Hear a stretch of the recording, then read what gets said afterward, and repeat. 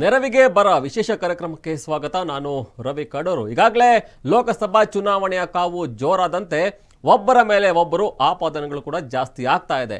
ಕೇಂದ್ರ ಸರ್ಕಾರದ ವಿರುದ್ಧ ಈಗಾಗಲೇ ಸಿಎಂ ಸಿದ್ದರಾಮಯ್ಯ ಆಗಿರ್ಬೋದು, ಪ್ರಮುಖವಾಗಿ ಅಮಿತ್ ಶಾ ವಿರುದ್ಧ ಈಗಾಗಲೇ ವಾಗ್ದಾಳಿಯನ್ನು ಕೂಡ ನಡೆಸ್ತಾ ಇರುವಂಥದ್ದು. ಈಗ ಕೇಂದ್ರ ಸರ್ಕಾರದ ಈಗಾಗಲೇ ರಾಜ್ಯಕ್ಕೆ ಪ್ರವಾಸ ಮಾಡಿರುವಂತಹ ಅಮಿತ್ ಶಾ ಅವರು ಕೂಡ ಚುನಾವಣಾ ಚಾಣಕ್ಯ ಅಂತಾನೆ ಕರೀತಾರೆ ಅಮಿತ್ ಶಾ ಅವ್ರನ್ನ.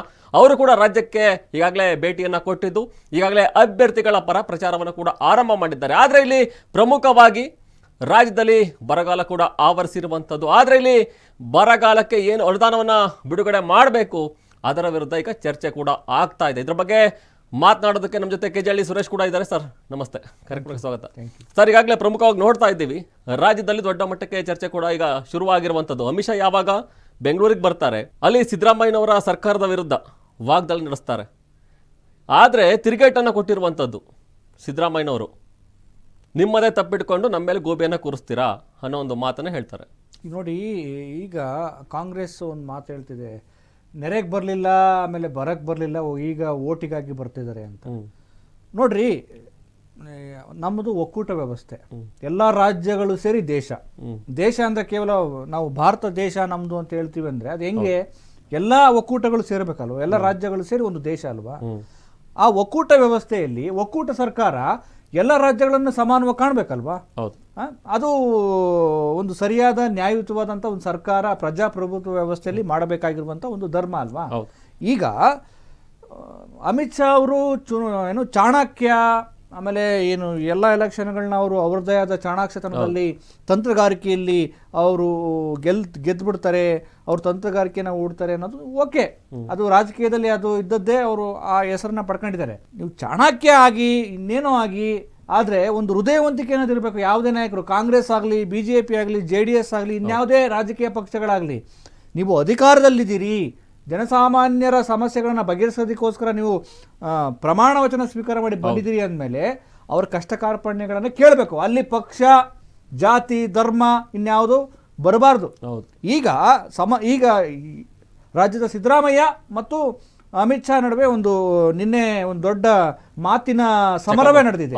ಅಮಿತ್ ಶಾ ಅವ್ರು ಹೇಳ್ತಿರೋದೇನು ಅಂದರೆ, ರಾಜ್ಯ ಸರ್ಕಾರ ಸರಿಯಾದ ಸಮಯಕ್ಕೆ ಬರಗಾಲದ ವಿಚಾರವನ್ನ ಪ್ರಸ್ತಾಪ ಮಾಡಲಿಲ್ಲ, ವರದಿ ಕೊಡಲಿಲ್ಲ, ಹಾಗಾಗಿ ಚುನಾವಣೆ ಘೋಷಣೆ ಆಯಿತು, ಕೊಡೋದಕ್ಕೆ ಸಮಸ್ಯೆ ಆಯಿತು ಅಂತ ಅಮಿತ್ ಶಾ ಅವ್ರು ಹೇಳ್ತಿದ್ದಾರೆ. ಅದಕ್ಕೆ ತಿರುಗೇಟಾಗಿ ಮುಖ್ಯಮಂತ್ರಿ ಸಿದ್ದರಾಮಯ್ಯ ಅವರು ಹೇಳ್ತಿರೋದೇನು ಅಂದರೆ, ನಾವು 1 ತಿಂಗಳು ಮುಂಚಿತವಾಗಿ ಕೊಟ್ಟಿದ್ದೀವಿ, ಸುಳ್ಳುಗಳ ಮೂಲಕ ನೀವು ಚುನಾವಣೆಯನ್ನ ಪ್ರಚಾರ ಮಾಡಿಬಿಟ್ಟಿದ್ದೀರಿ ಅಂತೇಳಿ ತಿರುಗೇಟ್ ಕೊಟ್ಟಿದ್ದಾರೆ.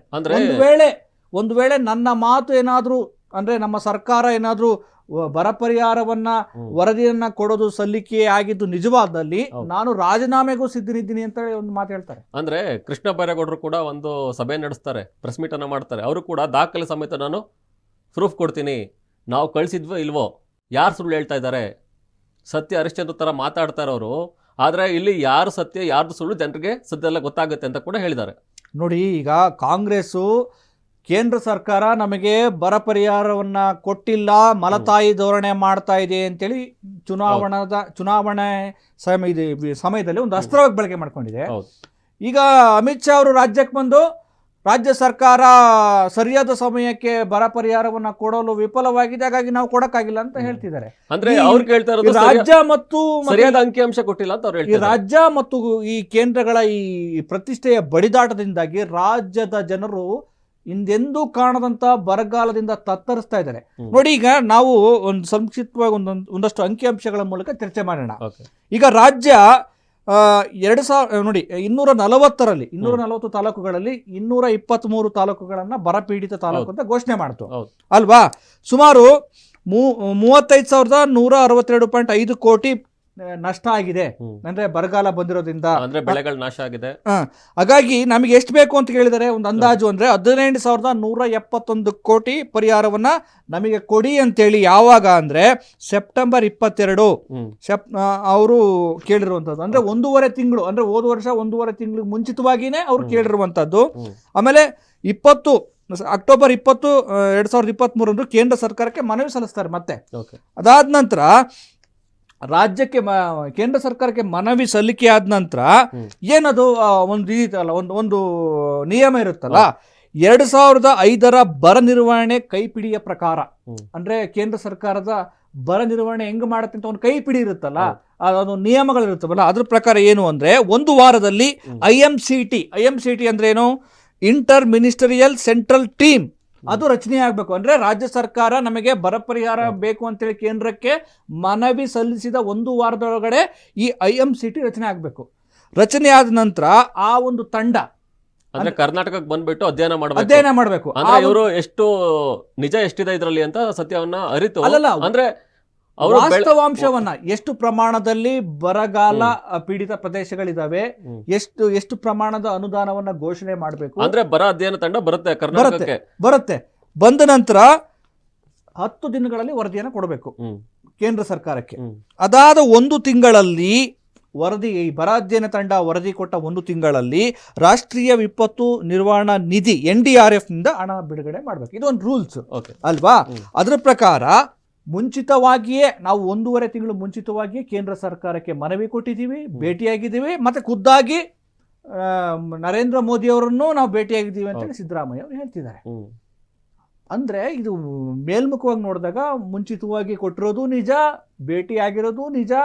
ಆದರೆ ಇಲ್ಲಿ ಸಮಸ್ಯೆ ಆಗಿರೋದೇನು, ಯಾಕೆ ಬರ ಪರಿಹಾರವನ್ನು ಕೊಡಲಿಲ್ಲ ಅನ್ನೋದು ಪ್ರಶ್ನೆ ಅನ್ನುವಂಥದ್ದು. ಯಾಕೆ ಈ ವಿಚಾರದಲ್ಲಿ ಇದೇ ನಾವು ಹೇಳುವಂಥದ್ದು, ರಾಜಕೀಯ ಪಕ್ಷಗಳಿಗೆ ತಮ್ಮ ಮುಂದಿನ ಚುನಾವಣೆ ಬಗ್ಗೆ ಯೋಚನೆ ಮಾಡ್ತಾರೆ ಹೊರತು ಈ ರಾಜ್ಯದಲ್ಲಿ, ಈ ದೇಶದಲ್ಲಿ ರೈತರ ಸಮಸ್ಯೆ ಏನು. ಈಗ ನೋಡಿ, ಜನ ಕುಡಿಯೋ ನೀರಿಗೋಸ್ಕರ ಕರ್ನಾಟಕ ಒಂದ್ ರೀತಿ ಮಲ್ತಾಯಿ ಧೋರಣೆ ಅನುಸರಿಸ್ತಾ ಇದ್ದಾರೆ ಕೇಂದ್ರ ಸರ್ಕಾರ ಅಂತ ನೀವು ಹೇಳ್ತೀವಿ. ಹೌದು, ಖಂಡಿತವಾಗಿಯೂ ನಾನು ಹೇಳೋದು, ಅಲ್ಲಿ ಒಂದು ವೇಳೆ ಕೇಂದ್ರದಲ್ಲಿ ಏನಾದ್ರು ಕಾಂಗ್ರೆಸ್ ಸರ್ಕಾರ ಇದ್ರು ಅದೇ ಪ್ರಶ್ನೆ ಕೇಳ್ತೀವಿ ನಾವು, ಬಿಜೆಪಿ ಇದ್ರು ಅದೇ ಪ್ರಶ್ನೆ ಕೇಳ್ತೀವಿ. ಯಾಕೆಂದ್ರೆ ನಾವು ಟ್ಯಾಕ್ಸ್ ಕೊಡ್ತೀವ್ರಿ. ಈಗ ಉದಾಹರಣೆಗೆ ನರೇಂದ್ರ ಮೋದಿ ಅವರು ಅವ್ರ ಮನೆಯಿಂದ ದುಡ್ಡು ಕೊಡಲ್ಲ ಸ್ವಾಮಿ, ಅಮಿತ್ ಶಾ ಅವರು ಅವ್ರ ಮನೆಯಿಂದ ದುಡ್ಡು ಕೊಡಲ್ಲ. ಈಗ ಸಿದ್ದರಾಮಯ್ಯ ಅವರು ಏನಾದ್ರು ಗ್ಯಾರಂಟಿ ಘೋಷಣೆ ಮಾಡ್ತಾರಲ್ಲ ಅಥವಾ ದುಡ್ಡು ಕೊಡ್ತಾರಲ್ಲ, ಅವ್ರ ಮನೆಯಿಂದ ಯಾರು ಕೊಡ್ತಾ ಇಲ್ಲ. ಯಾವ ರಾಜಕಾರಣಿಯೂ ಸ್ವಂತ ಹಣದಿಂದ ಜನರಿಗೆ ಪರಿಹಾರವನ್ನ ಕೊಡಲ್ಲ. ಅದು ನಮ್ಮ ದುಡ್ಡು, ನಮ್ಮ ತೆರಿಗೆ. ಈ ರಾಜ್ಯ ನಡೀತಾ ಇರೋದು, ಈ ದೇಶ ಆಡಳಿತ ನಡೆಸ್ತಾ ಇರೋದು ಯಾರಿಂದ? ನಿಮ್ಮಗಳಿಂದ, ನಮ್ಗಳಿಂದ, ಜನಸಾಮಾನ್ಯರಿಂದ. ಅದರಲ್ಲೂ ರೈತಾಪಿ ವರ್ಗ ಇದೆಯಲ್ರಿ, ಈ ದೇಶಕ್ಕೆ ಅನ್ನ ಕೊಡ್ತಾ ಇರಲ್ಲ, ಅವರ ಬದುಕಿನ ಪ್ರಶ್ನೆ ಇದು. ಅವರ ಬದುಕಿನ ಪ್ರಶ್ನೆಯನ್ನ ನೀವು ಒಂದ್ ರೀತಿ ನಿಮ್ಮ ರಾಜಕೀಯ ಮೇಲಾಟಕ್ಕೆ ಬಳಸ್ಕೊಳ್ತೀರಲ್ಲ, ಇದಕ್ಕಿಂತ ನಾಚಿಕೆಗೇಡು ಯಾವುದೂ ಇಲ್ಲ. ಇಲ್ಲಿ ಇವರಿಗೆ ರಾಜಕೀಯ ಮುಖ್ಯ ಆಗಬಾರ್ದು. ಇದು ಅಲ್ಲಿ ನಮ್ಮ ಕರ್ನಾಟಕದಲ್ಲಿ ಬಿಜೆಪಿ ಇಲ್ಲ, ಕಾಂಗ್ರೆಸ್ ಇದೆ, ನಮಗೆ ವಿರುದ್ಧವಾದ ಪಕ್ಷ ಇದೆ, ಅಲ್ಲಿ ನಾವು ಅನುದಾನವನ್ನ ಬಿಡುಗಡೆ ಮಾಡಬಾರ್ದು ಅಂತ ಯೋಚನೆ ಮಾಡೋದು ಇದೆಯಲ್ಲ. ಒಂದು ವೇಳೆ ಅಲ್ಲಿ ಬೇರೆ ಯಾವುದೋ ಸರ್ಕಾರ ಇದ್ರೂ ಕೂಡ ಹಂಗೆ ಯೋಚನೆ ಮಾಡಬಾರ್ದು ಯಾರ್ದು ಕೂಡ. ಅಂದ್ರೆ ಇಲ್ಲಿ ಕೋಆರ್ಡಿನೇಷನ್ ಕೊರತೆ ಇದೆ ಅಂತ. ಅಂದ್ರೆ ಮುಖ್ಯಮಂತ್ರಿಗಳು ಪ್ರಧಾನಮಂತ್ರಿಯವರನ್ನ ಭೇಟಿ ಮಾಡಿದ ನಂತರ ಅವರ ಮನಸ್ಸನ್ನು ಒಲಿಸಲು ವಿಫಲ ಆದ್ರ, ಅಥವಾ ಈ ಎಲ್ಲ ಮನವರಿಕೆ ಆದ್ರೂ ಕೂಡ ಮೋದಿಯವರು, ಅಮಿತ್ ಶಾ ಅವರು ಸುಮ್ಮನೆ ಆದ್ರ, ಅಂದ್ರೆ ಜನರ ಅನ್ನದ ವಿಚಾರದಲ್ಲಿ ಯಾರು ರಾಜಕಾರಣ ಮಾಡಬಾರ್ದು ಅಂತ. ಅಂದ್ರೆ ಇದು ಶುರುವಾಗಿದ್ದು ಎಲ್ಲಿ ಅಂತ ಹೇಳಿದ್ರೆ, ಇವ್ರು ಯಾವಾಗ ಕರ್ನಾಟಕಕ್ಕೆ ಬರ್ತಾರೆ ಅಮಿತ್ ಶಾ ಅವರು, ಇಲ್ಲಿ ಚುನಾವಣಾ ಪ್ರಚಾರನ ಕೈಗೊಳ್ತಾರೆ. ಶತಾಯಗತ ಇಲ್ಲಿ 25 ಸ್ಥಾನವನ್ನ ಪಡಿಲೇಬೇಕು ಬಿಜೆಪಿ ಅಂತ ಈಗ ಹೋರಾಟವನ್ನ ಮಾಡ್ತಾ ಇರುವಂತದ್ದು. ಆದ್ರೆ ಇಲ್ಲಿ ಅಸ್ತ್ರವಾಗಿ ಬಳಸ್ಕೊಂಡಿದ್ದು ಮಾತ್ರ ಬರ ಪರಿಹಾರ. ನೋಡ್ರಿ, ಈಗ ಕಾಂಗ್ರೆಸ್ನವರು ನಾವು 20 ಸ್ಥಾನಗಳನ್ನು ಗೆಲ್ತೀವಿ ಅಂತ ಸಿದ್ದರಾಮಯ್ಯ, DK ಶಿವಕುಮಾರ್ ಹೇಳ್ತಿದ್ದಾರೆ. ಈಗ ಬಿಜೆಪಿ ಅವರು ನಾವು 25, 28 ಲಾಸ್ಟ್ ಟೈಮ್ ಹೆಂಗಾಗಿದೋ ಸೇಮ್ ಅದೇ ರಿಸಲ್ಟ್ನ ತೆಗೆದುಕೊಳ್ತೀವಿ ಅಂತ. ನೀವು ಈಗ ಕಾಂಗ್ರೆಸ್ನವರು, JDSನವರು, ಬಿಜೆಪಿ ನೀವು ಎಷ್ಟಾರು ತಗೊಳ್ಳಿ ಸ್ವಾಮಿ, ಜನರಿಗೆ ಕೊಡಬೇಕಾಗಿರುವ ಅನ್ನದ ವಿಚಾರದಲ್ಲಿ ಯಾಕೆ ಅವ್ರ ತಟ್ಟೆಗೆ ಮಣ್ಣಾಗ್ತೀರಿ ನೀವು? ಪ್ರಶ್ನೆ ಅದು. ಬರ ಪರಿಹಾರವನ್ನ ಕೊಡ್ಲೇಬೇಕಲ್ಲ ನೀವು ಯಾವಾಗ್ಲಾದ್ರೂ. ನೀವು ಕೊಡುವ ಸಮಯಕ್ಕೆ ಕೊಡದೇ ಇದ್ರೆ, ಯಾವಾಗ್ಲೂ ಕೊಟ್ರೆ ಅವ್ನು ಸತ್ತೋಗಿರ್ತಾನೆ. ಈಗ ರಾಜ್ಯದ ಪರಿಸ್ಥಿತಿ ಏನಾಗಿದೆ ಹೇಳಿ? ಕುಡಿಯೋ ನೀರಿನ ಸಮಸ್ಯೆ, ಆಮೇಲೆ ಬರಗಾಲದಿಂದಾಗಿ ಬೆಳೆ ನಷ್ಟ ಆಗಿದೆ, ಎಷ್ಟೋ ರೈತರು ಆತ್ಮಹತ್ಯೆ ಮಾಡ್ಕೊಳ್ತಿದ್ದಾರೆ. ಅವ್ರನ್ನ ಕೈ ಹಿಡಿಯೋದು ನೀವು ಯಾವಾಗ? ಸತ್ತಾಗ್ಲಾ? ಇಲ್ಲ, ಅವನು ಸಂಕಷ್ಟದಲ್ಲಿದ್ದಾಗ ಅವನಿಗೆ ಒಂದ್ ಸ್ವಲ್ಪ ಬಾಯಾರಿಕೆ ಆದವನಿಗೆ ಒಂದ್ ಸ್ವಲ್ಪ ಒಂದ್ ಗುಟುಕು ನೀರಾದ್ರೂ ಕೊಡ್ಬೇಕಲ್ವಾ ನೀವು? ಈ ರಾಜ್ಯದ ಸಂಸದರು ಏನ್ ಮಾಡ್ತಿದ್ದಾರೆ? ಈ ರಾಜ್ಯದ ಸಂಸದರು ಜವಾಬ್ದಾರಿ ಅಲ್ವೇನ್ರಿ? ಬಿಜೆಪಿ 25 ಸಂಸದರಿದ್ದಾರೆ. ಹೌದು. ಈಗ ಒಂದು ವೇಳೆ ಕಾಂಗ್ರೆಸ್ ಸಂಸದರು ಅದೇ ಪ್ರಶ್ನೆ ನಾವು ಕೇಳ್ತೀವಿ. ನೀವು ಈ ರಾಜ್ಯದ ಜನಪ್ರತಿನಿಧಿಯಾಗಿ, ಈ ರಾಜ್ಯದ ಸಂಸದರಾಗಿ, ಅಂದ್ರೆ ಬೇರೆ ಬೇರೆ ಕ್ಷೇತ್ರಗಳನ್ನ ನೀವು ಪ್ರತಿನಿಧಿಸ್ತಾರಲ್ವಾ, ನೀವು ನಿಮ್ಮ ರಾಜ್ಯದ ಸಮಸ್ಯೆಯನ್ನ ಸಂಸತ್ನಲ್ಲಿ ಕೇಳೋದಕ್ಕೆ ನಿಮಗೆ ಸಾಮರ್ಥ್ಯ ಇಲ್ಲ ಅಂದ್ರೆ ನೀವೆಂತ ಸಂಸದರು? ನೀವು ಬರೇ ನೀವು ಓಟ್ ಕೇಳೋದು ಮೋದಿಯವರ ಮುಖ ನೋಡ್ಕೊಂಡು ನಿಮ್ಗೆ ಓಟ್ ಹಾಕಿ ಅಂತಾನೋ, ಅಥವಾ ನೀವು ಸಂಸತ್ನಲ್ಲಿ ನಿಮ್ಮ ರಾಜ್ಯದ ಬಗ್ಗೆ ಯಾವ ಪ್ರಶ್ನೆ ಕೇಳಿದಿರಿ? ಇದೇ ಪ್ರಶ್ನೆನ ನಾವು ದೇವೇಗೌಡರಲ್ಲೂ ಕೇಳ್ತೀವಿ. ದೇವೇಗೌಡರು ಮಣ್ಣಿನ ಮಗ ಅಂತ ಹೇಳ್ತಾರೆ, ತುಂಬಾ ಹೌದು, ಮಣ್ಣಿನ ಮಗ, ರೈತರ ಬಗ್ಗೆ ಕಾಳಜಿ ಅಂತ ಹೇಳಿ ಇದೆ. ಆದ್ರೆ ಯಾಕೆ ದೇವೇಗೌಡರು ಈ ವಿಚಾರದಲ್ಲಿ ಸುಮ್ಮನಾದ್ರು, ಮೌನ ವಹಿಸಿದ್ರು? ಯಾಕಂದ್ರೆ ಅವ್ರು ರಾಜ್ಯಸಭಾ ಸದಸ್ಯರಾಗಿದ್ದಾರೆ, ಅವರ ಧ್ವನಿಗೆ ಒಂದು ಶಕ್ತಿ ಇದೆ. ಅವರು ಜಾತ್ಯತೀತವಾಗಿ, ಪಕ್ಷಾತೀತವಾಗಿ ಎಲ್ಲವನ್ನು ಮರೆತು ರಾಜ್ಯದ ವಿಷಯ, ರಾಜ್ಯದ ರೈತರ ವಿಷಯ ಅಂತ ಹೇಳಿ, ರಾಜ್ಯದ ರೈತರ ಅಳಿವು ಉಳಿವಿನ ಪ್ರಶ್ನೆ ಅಂತ ಹೇಳಿ ಅವ್ರು ಯಾಕೆ ದನಿ ಎತ್ತಲಿಲ್ಲ? ಈ ಪ್ರಶ್ನೆನ ರಾಜ್ಯದ ಜನರಿಗೆ ಕೇಳಬೇಕು, ಮುಲಾಜಿಲ್ದಂಗೆ ಕೇಳಬೇಕು. ಅವರು ಬಿಜೆಪಿ, ನಾನು ಆ ಪಕ್ಷದ ಕಾರ್ಯಕರ್ತ, ಇವನು ಕಾಂಗ್ರೆಸ್, ನಾನು ಆ ಪಕ್ಷದ ಕಾರ್ಯಕರ್ತ, JDS ಅವರು ನಮ್ಮ ಕಡೆಯವರು ಅಂತೇಳಿ ನಾವು ಸುಮ್ಮನೆ ಕೂತ್ರೆ ಹಿಂಗೆ ಮಾಡೋದು. ಮುಲಾಜಿಲ್ದಂಗೆ ಪಕ್ಷವನ್ನ ಮರೆತು ಈ ರಾಜ್ಯದ ಪ್ರಶ್ನೆ ಬಂದಾಗ ಎಲ್ಲರೂ ಕೂಡ ಪ್ರಶ್ನೆ ಮಾಡಬೇಕಾಗಿತ್ತು. ಈಗ ನೋಡಿ, ಕೋಟ್ಯಾಂತರ ರೂಪಾಯಿ ಬರ ಪರಿಹಾರ ಬರಬೇಕಾಗಿತ್ತು. ಇವತ್ತು ಜಾನುವಾರುಗಳಿಗೆ ಕುಡಿಯಕ್ಕೆ ನೀರಿಲ್ಲ ಸ್ವಾಮಿ, ಪಾಪ ಕಂಗಾಲಾಗ್ತಾ ಇದೆ. ರೈತರುಗಳಿಗೆ ಅವ್ರು ಬದುಕಕ್ಕಾಗ್ತಾ ಇಲ್ಲ. ಜಾನುವಾರುಗಳ ಕತೆ ನೀರು ಬರ್ತಿಲ್ಲ, 800 ಅಡಿ 1000 ಅಡಿ ಕೊರಿತಿದ್ದಾರೆ, ಆದ್ರೂ ನೀರು ಬರ್ತಿಲ್ಲ. ಬರ ಅಷ್ಟು ತಾಂಡವಾಡ್ತಾ ಇದೆ. ಆದ್ರೂ ಕೂಡ ಇಲ್ಲಿ ಎಲ್ಲೋ ಒಂದು ಕಡೆ ಸರ್ಕಾರಗಳ ನಡುವಿನ ಕಿತ್ತಾಟ ಇಲ್ಲಿ ರೈತರಿಗೆ ಸಂಕಷ್ಟ ತಂದೊಡ್ತದೆ. ಈಗ ನೋಡಿ, ಈಗ ಸರ್ಕಾರಗಳು ಅನುದಾನ ಕೊಡ್ತದವಲ್ಲ, ಈಗ ಅನುದಾನ ಕೊಡ್ತಾರಲ್ರಿ, ಬಿಡುಗಡೆ ಮಾಡ್ತಾರಲ್ಲ, ರಾಜ್ಯ ಇರ್ಬೋದು, ಕೇಂದ್ರ ಸರ್ಕಾರ, ಇದು ಒಕ್ಕೂಟ ವ್ಯವಸ್ಥೆ ಅಲ್ಲ. ಹಂಗ್ ನೋಡಿದ್ರೆ ಕೇಂದ್ರ ಸರ್ಕಾರ ಅಂಬಾರ್ದು, ಒಕ್ಕೂಟ ಸರ್ಕಾರ ಅಂತ ಕರಿಬೇಕು. ಅವ್ರು ನಮ್ಗೆ ಕೊಡ್ತಾರಲ್ಲ ಒಂದೊಂದು ರೂಪಾಯಿನೋ ಅಥವಾ ಏನೋ ಅನುದಾನ ಬಿಡುಗಡೆ ಮಾಡ್ತಾರಲ್ಲ, ಎಲ್ಲಿಂದ ಬರುತ್ತೆ ಅದು? ಯಾರ ದುಡ್ಡು ಅದು? ಜನಗಳ ದುಡ್ಡು, ನಮ್ಮ ದುಡ್ಡು ಅದು. ರಾಜ್ಯ ಇರ್ಬೋದು, ಕೇಂದ್ರ ಸರ್ಕಾರ ನಮಗೆ ತಲುಪ್ತಿರೋದು ಯಾರ ದುಡ್ಡು? ನಮ್ಮ ದುಡ್ಡು. ಏನು ಅವ್ರ ಮನೆ, ಅವ್ರ ಮಠ ಮಾರ್ಕೊಂಡು, ಅವ್ರ ಆಸ್ತಿ ಮಾರ್ಕೊಂಡು ನಮಗೆ ಕೊಡ್ತಾ ಇಲ್ಲ. ಅವರು ನಮಗೆ ಬರಬೇಕಾಗಿರುವ ದುಡ್ಡನ್ನ ನಮಗೆ ಸರಿಯಾದ ಸಮಯದಲ್ಲಿ ನೀವು ಕೊಡದೇ ಇದ್ರೆ ಜನ ಬರೀ ಜೈಕಾರ ಕೂಕೊಂಡ್ರೆ ಹಿಂಗೆ ಆಗೋದು. ಅವ್ರು ನಮ್ಮ ಪಾರ್ಟಿ ಇವ್ರಿ, ಸುಮ್ನಿರಿ, ಬೇಡ. ಇವ್ರು ನಮ್ಮ ಪಕ್ಷ, ಸುಮ್ನಿರಿ, ಅಥವಾ ಇವ್ರು ನಮ್ ಧರ್ಮ, ಇವ್ರು ನಮ್ ಜಾತಿ ಅಂತ ಹೇಳಿ ಹಿಂಗೆ ಹೇಳ್ತಾರಲ್ಲ, ಅದು ನಮ್ಮ ಜನರ ಏನು ವಿವೇಚನಾ ರಹಿತವಾದ ಚಿಂತನೆ. ಹಾಗಾಗಿ ಇನ್ನಾದರೂ ಈ ಜನರು ಏನ್ ಮಾಡ್ಬೇಕು ಅಂದ್ರೆ, ಪಕ್ಷಾತೀತವಾಗಿ ರಾಜ್ಯದ ವಿಷಯ ಬಂದಾಗ ನಮ್ಮ ಸಂಸದರು, ನಮ್ಮ ಹಿರಿಯ ನಾಯಕರುಗಳು, ರಾಜ್ಯದ ನೆಲ ಜಲ ಬರದ ವಿಚಾರ ಬಂದಾಗ ಪಕ್ಷವನ್ನ ಮರಿಬೇಕು. ಕೊಡಯ, ನಮಗೆ ಬರಬೇಕಾದ ಏನು ಅನುದಾನವನ್ನ ನೀವು ಕೊಡಿ. ಈಗ ಇನ್ನು ಚೆಂಡು ಸುಪ್ರೀಂ ಕೋರ್ಟ್ ಅಂಗಳಕ್ಕೆ ಹೋಗಿದೆ. ಸುಪ್ರೀಂ ಕೋರ್ಟ್ ಅಂಗಳಕ್ಕೆ ಹೋದ್ರೆ ಅದು ಯಾವಾಗ ಇದಾಗುತ್ತೋ ಏನಾಗುತ್ತೋ ಗೊತ್ತಿಲ್ಲ. ಯಾವಾಗ್ಲೂ ನೀವು ಅನುದಾನ ಕೊಟ್ರೆ ಜನ ಏನ್ ಮಾಡ್ಬೇಕ್ರಿ?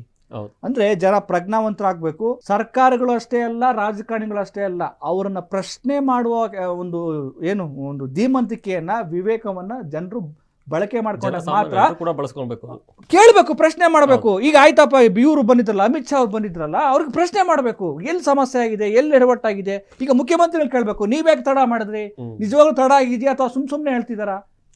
ಇವ್ರನ್ನೆಲ್ಲ ವೇದಿಕೆ ಕರೆಸಿ ಚರ್ಚೆ ಮಾಡುವಂತ ಸಾಮರ್ಥ್ಯಗಳು ಜನಕ್ಕೆ ಬರ್ಲಿಲ್ಲ ಅಂದ್ರೆ, ಬಂದ್ರೆ ಒಳ್ಳೇದ, ಬರ್ಲಿಲ್ಲ ಅಂದ್ರೆ ನಾನು ಕುರಿಗಳ ತರ ಹೋಗ್ತಾ ಇರೋದೆ, ಕುರಿಗಳು ಅಂತ.